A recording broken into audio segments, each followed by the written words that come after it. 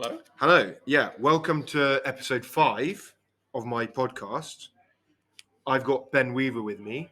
We decided to do a video podcast because why are we doing a video podcast this time? Ben? I've got an interest in magic, and John has asked if I would perform some. So I'm gonna give it a go, and hopefully it will work out well. And I won't come across as a fraud. Yeah, I decided to mix things up. So last podcast, I did it entirely in Spanish. Nice. I was Muy well out. bien. Muy bien. Do you know any Spanish? No, I know that. I know that. Have you been to Spain before? I have. I went to Salou in 2010. But I don't know. I know very little Spanish. French, I know enough to have a conversation of sorts. But I'm also one of my friends at work is Yemeni, so he's been teaching me Arabic. Oh wow, how's that going? It's good. I just know some basic stuff, and I've started learning a bit more this half term because I've got a bit more free time. But yeah, it was all in Spanish. It was out of my comfort zone. I probably repeated the wrong word too many times, which is the case when you learn languages. But it brings me on to the topic of the podcast today, which is hobbies. Because basically, I'm learning Spanish because it's a hobby. I don't have any exams. I think it's fun to learn about a new culture. Sure, my parents-in-law live in Spain, but you don't really need to learn Spanish, do you? It's like, I think it's pure hobby based, and we are talking about hobbies, and there's no one better to talk about hobbies than you because you. So you were like, you coached rugby at Kes. How many years ago was that? Like 5-6 years ago. 2018 was when I finished. So before the pandemic. So Yeah. So 5 years ago, give or Yeah. take. Wow, time flies. That's crazy. Clearly, you would have done sport as a interest at school. Yeah. Running as well. Like Running, yeah. What's your 100 meter, 200 meter best? Because that's pretty insane. As a definitive answer, I don't know because the only time I was ever timed for it was on sports day straight after I'd run the 400. So I still had quite a bit of fatigue in my legs, and it was hand time. So you've got the big margin for it. But I did 11.4 straight after the 400. Wow. So I was pretty pleased with that. I don't think I'd get anywhere that near that these days, being about 30 kgs heavier. But yeah, huge interest in running as a hobby, rugby as a hobby. And you made it into a career, which is awesome, I think. And on a complete kind of roll of the dice as well, really. How did that happen? So I used to work in advertising, marketing for Holland and Barrett. And then one day on LinkedIn, I saw a very vague job advert which said, "Do you like rugby? Would you like to coach it?" So I just pressed like, and then a recruiter got in contact with me and asked me to come help out with pre-season at a school, and that school turned out to be Kes. And from there, I just fell in love with coaching and the school. So I went back to work on the Monday, handed my notice in, and said I'm not coming back next week. That's how I got into it. Yeah, I mean, it's really good, but I don't think necessarily all hobbies need to lead to jobs like you. I mean, I have loved cooking since my year abroad in China, but I always thought I don't want a career in cooking because that's brutal.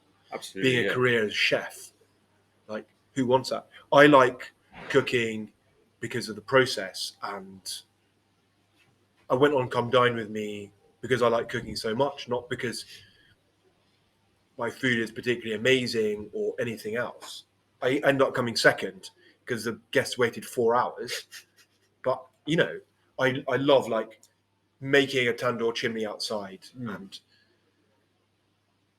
making carbon dioxide on the spot. I know that wasn't a wise idea, but I thought it was cool at the time.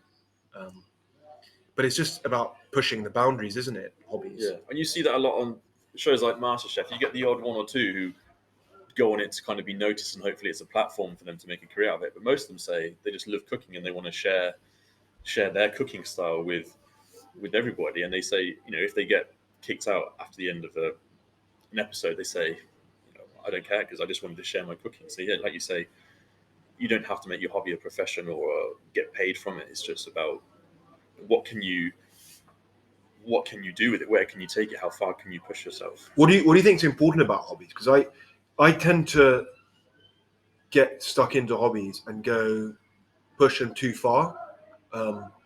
It drives my wife mad, for example. So, for example, I liked running. I thought, wouldn't it be cool to run long distance? I ended up running 3 marathons in the space of 6 years, which I think is excessive. Did you hear about my burpee world record? I haven't told you about that. I heard about it. I've not heard it from you. I know you were going. Did you get? I heard you were going for the world record. I don't know the. Yeah. So the outcome. in lockdown I signed up with this gym app called Freeletics from Germany. Yeah, I also use that. It is really good. It is really good, and they were like getting me to do 50 burpee squat jumps, and I was like, how? And I did those 50 burpee squat jumps once in nearly 3 minutes. And then I looked up what's the world record for burpees in 3 minutes. It was 69. So I was like, I'm going to go for that world record. So it's just like pushing myself too far every time. And then I ended up doing 65 burpees in 3 minutes, thanks to CJ, who was there in the sports hall too, in a bar Zoom assembly. Oh, okay. Which was really fun. I'd say probably... Yeah, that's probably what drives it to become a hobby rather than you just partake in something a couple of times and not going back to it. It's probably that you... It's probably a socially acceptable form of obsession, isn't it? It is. Yeah. So you invest time, money in either learning something, going to lessons, buying books or resources to fully kind of engross yourself in it, and you just maybe because you strive to that first experience you have of it, you might have seen a world expert at it or someone that's just blown your mind, say with some cooking, and you think I want to be able to do that or exceed that feeling that I got the first time I saw Penn and Teller perform something. I want to be able to give that feeling to others. Maybe that's why it becomes such an obsession for people. So I think lockdown was a really good opportunity for people to start hobbies, because before the pandemic and after the pandemic, I just find there's such little time, isn't there? Absolutely, yeah. So you can't do anything too creative. I think it's quite standard what you can do. How did you get into your magic in the first place? So I'd always had a huge kind of interest in it, and I'd had one magic book that I had when I was younger, but it was just a book, so you have no feedback at all on whether you're doing something correct or if you're stuck on how to do something. And then I was on a webinar with a rugby coach, and he said he was going to be doing a magic course in the next few weeks, and I just sent him a message saying I've always loved wanted to do magic, so he invited me on it. And then just from there, that was in the summer of lockdown, so it's a kind of July-ish time, and it just again kicked off from there. And did you feel you need to do something every day? Did you have a schedule to improve? When I first started, no. I try and do something every day because it's just about refining your tools. Your tools are your hands. So it's about refining what your muscles in your hands can do, because such tiny alterations. If I show you, I won't show you a trick yet, but if I hold a deck here compared to holding a deck there, the difference. Let's see the difference. Can you show the camera? Well, you probably won't be able to see. So if I hold the deck here compared to if I hold it there, the differences that can kind of, Really? in terms of what you can do in terms of sleights of hand, etc., end up being huge. But to the the untrained eye, It's for me. I couldn't yeah. actually tell the difference. So doing drills every day to try and refine that touch and be able to do it without looking at your hands is crucial. Because if I'm looking at my hands, everybody else is going to be looking at my hands. It's like teaching, isn't it? You want to direct the focus in the lesson where you want it to go. If you don't have the focus in the right place, then you're going to have students talking to each other off task, whatever. So being able to keep someone's focus, so by training my hands well, I could be doing things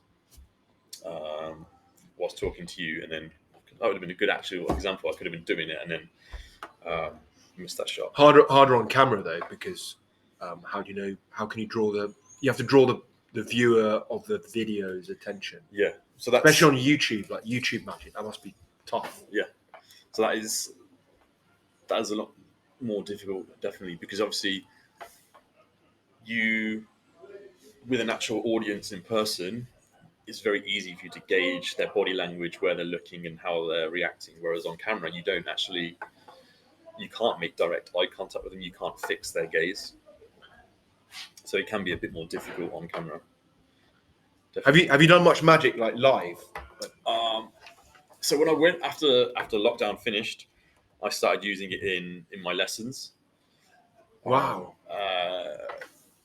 As a kind of a behavioral management tool, kind of it's about magic. A lot of magic is misdirection. So if you can use some misdirection, to draw focus away from perhaps a problem or an off task pupil, bring their attention to you in some way, and then redirect it back to what they should be on after that. That's quite handy. Also, a lot of magic involves storytelling. Again, a good lesson has it hooks you into that topic. So if you can create a good story for those pupils, it really helps with engagement and buy-in also. Yeah, absolutely. In terms of how much I've done, so I've done a bit in classes, and then I've done one actual performance. I helped out my sister who was running an event, and someone pulled out last minute. So I rather foolishly at the time just said, "Yeah, why not? I'll help you out. I'm your big brother," and it went quite well actually. I'm still incredibly nervous. I speak in assembly in front of whole year group, 300 people. Played rugby in front of a few thousand. The nerves I had before going on stage was unreal.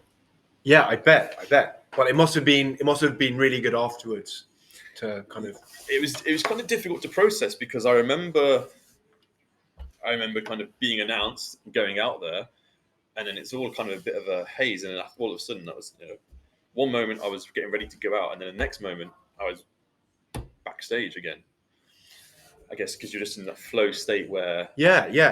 you're kind of, because you've rehearsed the performance in terms of what you're doing with your hands and your language so well, that's become second nature to you, and your whole focus can be on managing the audience. I think hobbies instill really good habits, Definitely. good or bad, because they give you like a purpose beyond like earning money, which is, I think, like anything people do isn't necessarily like things people do really well isn't because of the money. It's because of trying to make the most out of what you have, isn't Absolutely, yeah. Yeah, If you look at kind of the British schooling system, how early children have to start attending school, and if you compare it to some more, some other European countries where they start school a lot later, so their parents have more time with them, as a young child, as a toddler, as backed up by additional parental leave. It feels like British education puts a huge focus on results very early on. You have SATs at year 2, then at year 6, and there's so much pressure put on the pupils, so much pressure put on the primary school teachers as well to get those good grades. And I think there is a little bit of a probably a neglect of hobbies. You obviously you have a lot of people who get pushed towards doing sport as a hobby and a bit of music, but then there's not as much emphasis on other things. So like cooking, uh, Magic, magic, none. drama. There's a few kind of youth drama things. I think it would perhaps be better. Children tend to get pushed towards a hobby that their parents have experience of or want their child to do. So that's often why they only experience it, rather than perhaps schools need to do maybe like an enrichment week where children do a whole host of different activities every day, and they can maybe find one that they connect with Wow, what an instantly. idea! So yeah, you could have Monday is a I don't know, like a craft day, for example. You do different types. Might do painting or clay work, etching, inscribing, that kind of thing. Tuesday's more of a sports day. Wednesday, you might get to try different variety of instruments.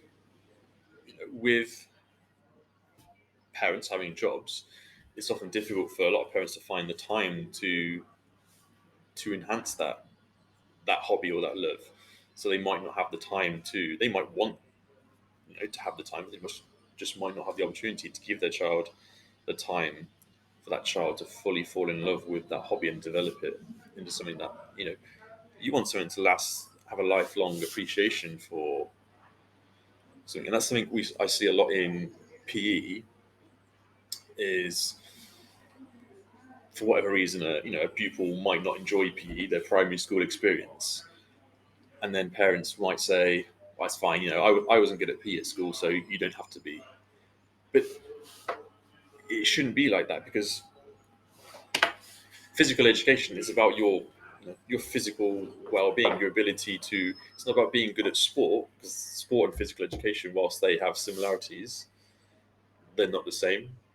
If you can move better, you're going to experience less day-to-day issues. Your posture is Of going to be course, better.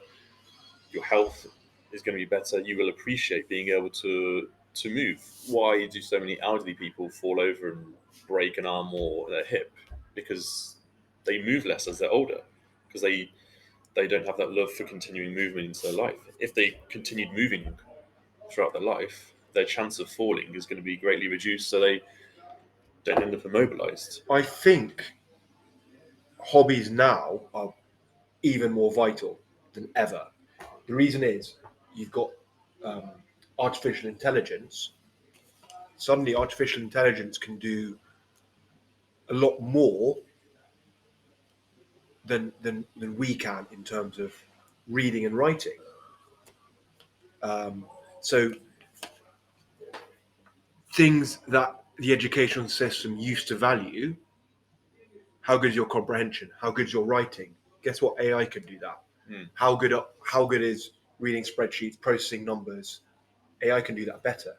What can humans add that computers can't? What do you think? That's very good. Because that's the question. That's what kids in cares, future kids, my daughter. That's a problem they're going to be faced. And what we can add is creativity, seeing things differently, and what instills that. It's interest, it's hobbies, it's a way of expressing your creativity. Um, what do you think of social media as a hobby? I think people spend a lot of time on social media. Is that really a hobby? Or is that like a device made by people in Silicon Valley to get people addicted? So do you mean from a Time on phone do you screens. mean a consumption or a creating? Time on no, people consume people on their phones. I I think time on social media, time on their phones is time they could be spending doing something they definitely enjoy. I use it because it's a way of for me learning some magic stuff Yeah, or finding recipes. I'm sure we both do. But if you some people, especially pupils spend an incredibly long amount of time on things like TikTok and reels, those very short consumable pieces of content where there's not really any intrinsic. To me, I don't see there's any intrinsic value to it. They might argue the case that it benefits them. I'm yet to find, something that I've been sent by someone on TikTok that, if I wouldn't see any value spending a whole hour just going reel after reel after reel through it, which is what I know a lot of people do. I think the problem is people are taking people's time away and monetize it, and for them, people in Silicon Valley, it's like monetizing it. So how can you make phones as addictive as possible? It's designed that way. How can you make computer games not only as addictive as possible, but also get people to spend money on freemium items? Yeah, I don't think that's a hobby. I don't think people can really say, what's your hobby? It's building a FIFA Ultimate Team while spending lots of money on loot boxes. How is that a hobby? I don't mean, Yeah. I'm not trying to judge people who do that. It's their choice. But is that really a hobby in your opinion? Like gaming, social media. I think gaming and social media are quite different. Gaming, depending on the game, Yeah, it has a storyline. it does. And some games have a huge element of creativity. So, Animal Crossing, you can create your own community, don't you? Even if you don't, excuse me, even if you avoid playing online with others, you create your own community which involves creativity. Some games, Legend of Zelda, has a huge element of problem solving within it. And so that's beneficial. You got the benefits of the dexterity of your thumbs and fingers, which is useful for musicians and magic. So I think so. I agree with you. I think video games are a really nice entry level hobby um, if they're not designed, if they're designed to be creative, like Animal Crossing, Minecraft, I think, Minecraft, and they're not designed for people to spend money on loot boxes. And I think there's a link between social media addiction and sort of loot box addiction. It's kind of like the impulse is getting people to gamble. It's like getting people's impulse into gambling, and that's what's dangerous. That's the point I was trying to get at. I mean, I love video. I used to love video games. It was like a really at university, beyond university. It's a really nice, simple thing you can do to like unwind. And you can use your creativity, and you can experience awesome things. Whether it's GTA or for me, it was GTA for like exploring worlds or playing Pro Evolution Soccer to be sociable, have friends around. That was good, but those games were designed to be as good as they could be. They weren't designed necessarily for you to spend money on loot boxes, gambling. Yeah. And I think social media and loot boxes are linked in that they kind of go on the impulse of someone rolling the dice and getting more, whether it's definitely. more likes or more like better upgrades. If you see what I mean. I'm sure. And I think that's dangerous. I think people's time is hijacked by companies taking advantage of that. So it's a recent phenomenon. It hasn't been regulated, has it? There aren't any regulations on social media, notifications, and so on. And likewise, in the UK, there aren't any regulations on loot boxes in video games. Yeah. And that's why it's out of control, because it's just like, I think it's a jungle out there, and I think people's time is really valuable. People can spend their time doing things they truly enjoy rather than they're designed to spend time on. Definitely. I think it's becoming an increasing problem for. If you were to add up the time spent on social media across a week, the time, and if you then say, well, imagine what you could learn instead in this time, or Yes, do instead, looking after yourself, developing yourself. Because a lot of people, pupils especially, just because I've got experience with that, will say, "What does it matter?" Because I play football twice a week, and I get all my homework done. I'm getting, I'm getting not full marks, but I'm getting equivalent of A's in all my subjects. So why can't I spend my time doing that? And it's perhaps trying to convince them or re-educate them that what is it? How is it helping you develop? It goes back to how are we developing as an individual? How can we make ourselves better? It doesn't have. Wouldn't it be cool to have an app, in theory, where here are a list of hobbies, you can click on them, and then you can find people who want to do them as well. There's just a whole list available, just ready to go. Yeah, because you could say that's a barrier to entry to some hobbies is you are really interested in something, but And then you don't know anyone else is, and you don't know how to start. So yeah. So it would be cool, for example, to read the list, and for me to see something like magic, I can just go and find other people who do magic with, and they can teach me rather than just go on social media and look at it. I think we need more personal connections. If anyone who watches this wants to take my idea up, that would be really cool. And license it from you. And license, and yeah, I'll get all the royalties. Right. Let us. We're now at the stage near the end of the podcast where Ben is going to do the magic trick. Let's just have a look. I have to be honest with you though, Ben. Guess when the last time I saw a magic trick live was? So I saw David Blaine. Do you remember when he was in that? I am instantly feeling the pressure. No. No.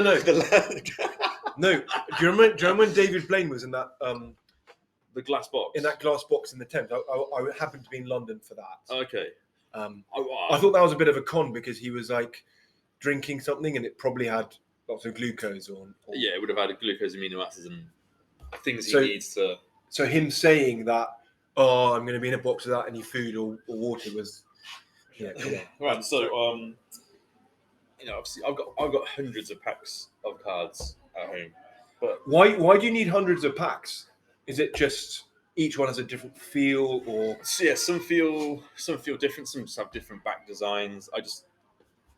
They're very cheap to buy in bulk as well. So you just buy them bulk. But obviously with practicing, you wear them out because the card, when you open a brand new pack, the card is quite kind of snappy, and as you practice shuffles and everything over time, it loses that and it just becomes dogged and dishevelled. It's so not really good for using. But I got hundreds of packs, so I decided to bring with me this pack, which I'm going to leave. I'll leave there. Got my hands. Shall I adjust the? Yeah, I'll keep hold of it for now so people can see. And I'll place it. There we are. Wait. In fact, I could place it on here, couldn't I? What, on the mic? Yeah, that work? Yeah, we can balance it. Might cause a bit of interference, maybe. There we go.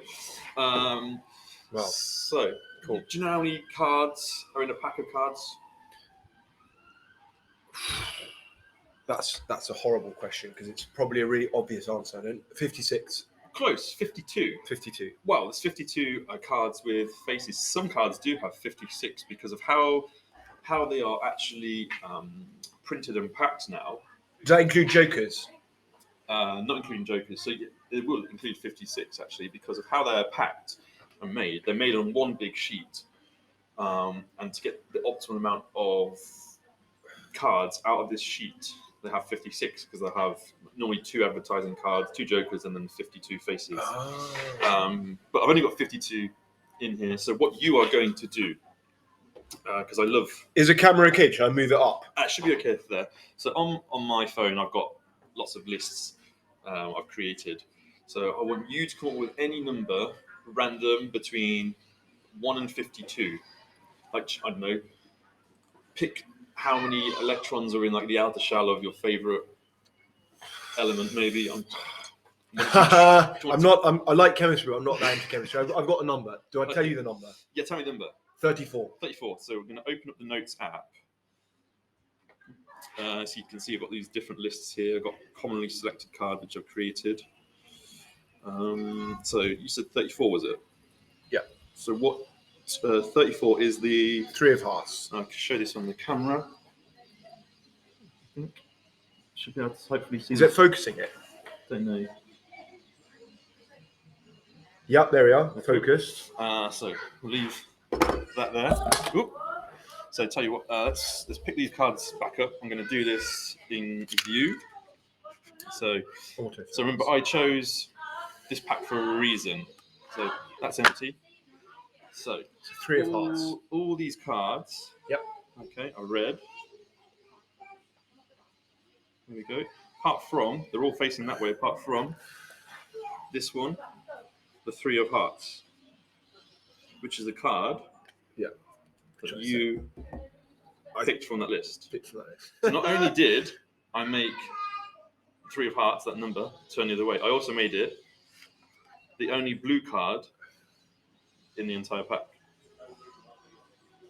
But I was so confident that you're going to pick 34 that all the rest are blank.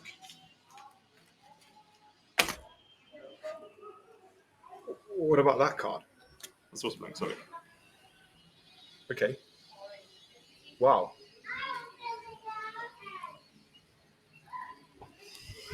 So, not quite David Blaine in the glass box. Incredible. Wow. I'm pretty yeah. Never seen a trick like that. There you go. Well done. Well, thank you very much, Ben. Pleasure. Absolute pleasure. Thank you. First ever video cast. I'm really excited. Maybe this is the way it's going in the future. I think you're amazing value. Thanks again. Thank you. And great to see you again after 5 years. I know. Crazy. Thank you. Cheers.